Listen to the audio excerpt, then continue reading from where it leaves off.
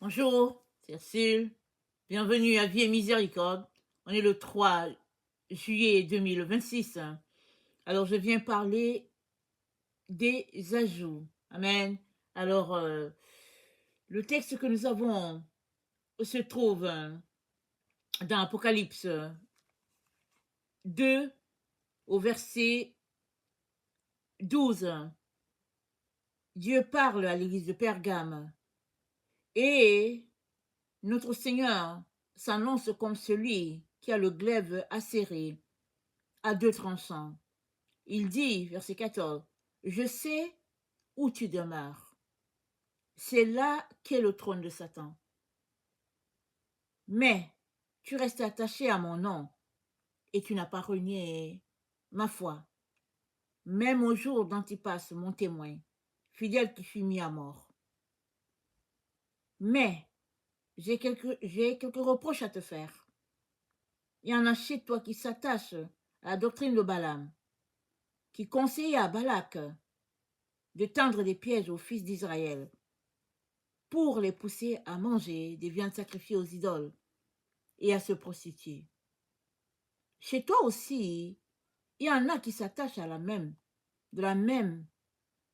doctrine des Nicolaïtes. Répands-toi, donc, sinon je viens à toi bientôt et je les combattrai avec le glaive de ma bouche. Que celui qui a les oreilles entende ce que l'Esprit dit aux églises. Alors, Jésus-Christ parle à l'église et il lui dit, tu n'as pas besoin d'ajouter autre chose à ta foi. Alors l'église de Pergame avait quelque chose de bien. Elle était attachée à Dieu, malgré que l'endroit où elle était, les pratiques sataniques aussi étaient là. C'est-à-dire que dans l'église, il y avait deux groupes de personnes. Ceux-là qui cherchaient Dieu d'un cœur sincère et les autres qui étaient dans les pratiques sataniques. Dans la ville, il y avait qui étaient versés dans les choses occultes et d'autres dans les choses de Dieu. Et Dieu dit à Pergame, tu as gardé la foi. Il dit, même quand l'un d'entre vous a été tué, Antipas, tu as gardé la foi. Seulement, chez toi, il y en a qui s'attachent à la doctrine de Balaam. Alors, qui était Balaam? Balaam, n'est-ce pas, était ce sorcier-là qui a été contacté par Balak, le roi de Moab, pour que Balaam puisse maudire Israël. Et Dieu lui a dit non. Et même, son âne lui a parlé. Tellement il était entêté, l'âne lui a parlé pour lui dire, pourquoi est-ce que tu me frappes? Là, Balaam a compris que Dieu était ici dans cette affaire. Et il a dit à Balak, je ne peux pas maudire Israël. Toutefois, il a dit à Balak, le roi de Moab, poussons-les à pécher, qu'ils mangent ce qui est sacrifié aux idoles et que le peuple se prostitue. Ça ne sera pas nous, c'est-à-dire ça ne sera pas Balaam ou Balak qui les aura poussés à se prostituer, ce sera eux-mêmes, selon, n'est-ce pas, la compréhension de Balaam. Toutefois, que ce soit directement que Balaam l'ait fait, ou indirectement comme il l'a fait en poussant Israël à pécher, il demeure néanmoins que Balaam est responsable de tout ce qui s'est passé. Amen. Toutefois, dans l'Église, il y a un groupe qui n'a pas observé ces pratiques, mais il y a un autre groupe qui l'observait. Ça se passe pareil aujourd'hui dans nos églises. Peu importe l'église de Jésus-Christ sur la terre, il y en a qui se disent « je veux me sanctifier pour mon Dieu ». Il y a d'autres qui vont chercher des ajouts, qui veulent d'autres expériences venant d'ailleurs. Dieu nous a créés, n'est-ce pas, pour être en communion avec lui. Et souvent, quand cette communion, n'est-ce pas, manque, on est tenté d'aller chercher ailleurs en se disant que avec ce plus, je vais avoir plus de Dieu. Je veux expérimenter Dieu autrement. Mais on ne peut pas expérimenter Dieu autrement. Il y a une seule façon d'expérimenter Dieu, et c'est à travers Jésus-Christ. Ce n'est que le Seigneur qui va nous combler. Ce n'est qu'avec lui qu'on peut prendre un temps d'intimité, le louer, le célébrer et goûter à sa présence. Et si maintenant il veut nous donner d'autres expériences, il va nous les donner. Il peut nous donner des visions, il peut nous donner des rêves, il peut nous donner des paroles, il peut nous donner, n'est-ce pas, plus de sa présence dans le baptême de l'Esprit. C'est Dieu qui décide. C'est Jésus-Christ que tu dois chercher et toutes les autres choses te seront données. Parce que en lui habite toute la plénitude de la divinité, nous dit Colossiens 1, verset 15. Tout est en Jésus-Christ. On n'a pas besoin d'aller ailleurs pour chercher d'autres expériences. On n'a pas besoin d'aller voir, n'est-ce pas, un féticheur, quelqu'un, un gourou, pour nous donner une petite sensation afin qu'on puisse entrer en communion avec Jésus. Non, tout est en Jésus. Ce n'est pas le don que tu dois chercher, c'est la personne de Jésus-Christ que tu dois chercher. Voilà pourquoi, dès en partant, Jésus-Christ s'annonce comme celui-là qui a le glaive acéré à 2 tranchants. C'est-à-dire, ce sabre-là a 2 couteaux. Un couteau, c'est pour la purification. L'autre, n'est-ce pas, c'est pour tout simplement la séparation. C'est-à-dire, si tu n'es pas avec Jésus, tu es séparé de lui.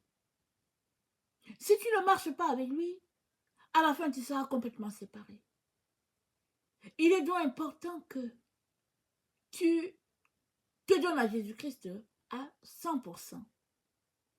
Ne va pas ajouter autre chose. Les ajouts, n'est-ce pas, sont juste la distraction de l'ennemi. Sont juste des pièges que l'ennemi met sur notre chemin pour nous éloigner de la vérité.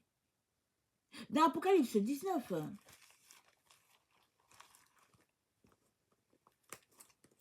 au verset 15, voilà ce qui est dit. De sa bouche, c'est-à-dire de la bouche de Jésus, il sort un glaive acéré pour en frapper les nations. Il les mènera paître avec une verge de fer. Il foulera la cuve où bouillonne le vin de la colère du Dieu souverain. Sur son manteau et sur sa cuisse, il porte un nom écrit « Roi des rois et Seigneur des seigneurs ». Alors, de la bouche de Jésus sort une épée avec laquelle il juge les nations. Mais c'est quoi cette épée? C'est sa parole. Amen. Sa parole est une épée à double tranchant. Alors, autant elle te sanctifie, elle te purifie, autant elle te dresse, elle te remet sur les rails, afin que tu puisses marcher sur le droit. Tu n'as donc pas besoin de chercher d'autres expériences pour ajouter. Vous savez, on est dans un temps où on aime beaucoup le sensationnel.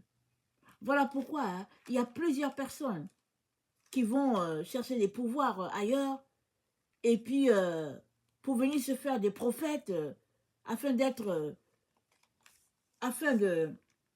séduire beaucoup.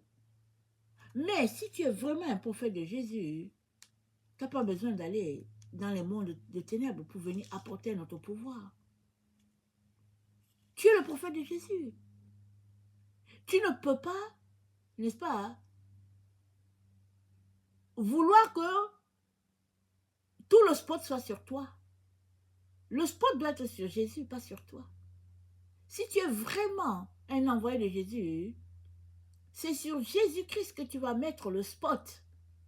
Parce que c'est dit, le Saint-Esprit, quand il sera venu, il ne parlera pas de lui. Il parlera de Dieu le Père, il parlera de Dieu le Fils. Il en est de même pour toute personne qui marche suivant Jésus. Si tu te réclames de Jésus, alors tout ce que tu fais, c'est pour que lui, il puisse être élevé et non toi. Amen.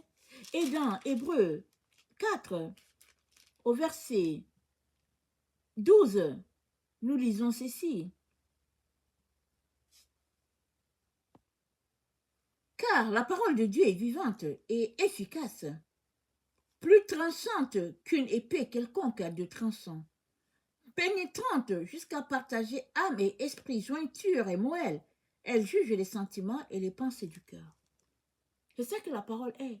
Elle fait la séparation entre ce qui est esprit et ce qui est matière. C'est-à-dire, elle fait la séparation entre ce qui est de Dieu et puis ce qui ne l'est pas de lui. Et s'il y a une chose que nous avons besoin, c'est de vivre la parole. Parce que Jésus-Christ a dit, l'homme ne vivra pas de pain seulement, mais de toute parole qui sortira de la bouche de Dieu. Et nous sommes dans ces temps-là où, s'il y a une chose que nous avons vraiment besoin, c'est la parole de Dieu. Et c'est Jésus, cette parole.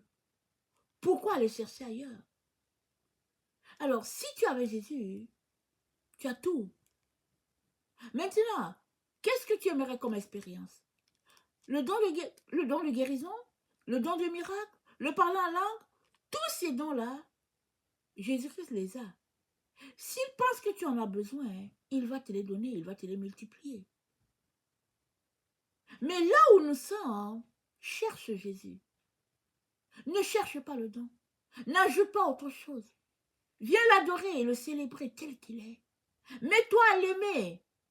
Et lui, n'est-ce pas, étant ton Seigneur et ton Maître, va tout simplement faire la séparation en toi, de telle sorte que tout ce qui est impur, il va les débarrasser, il va t'aider à t'en débarrasser, afin que tu sois totalement à lui sanctifié, purifié pour sa gloire.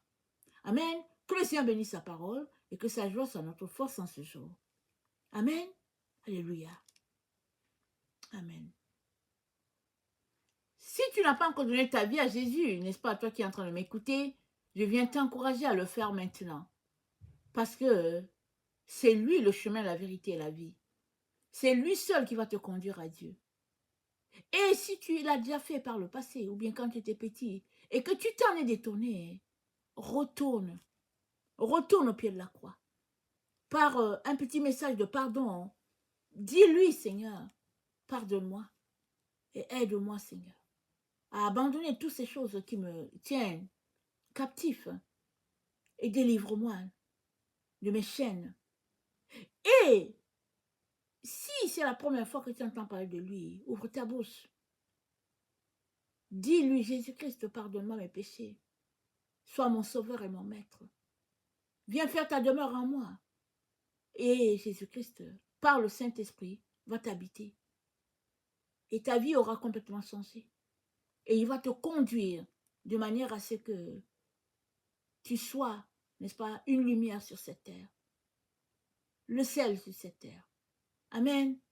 Alléluia.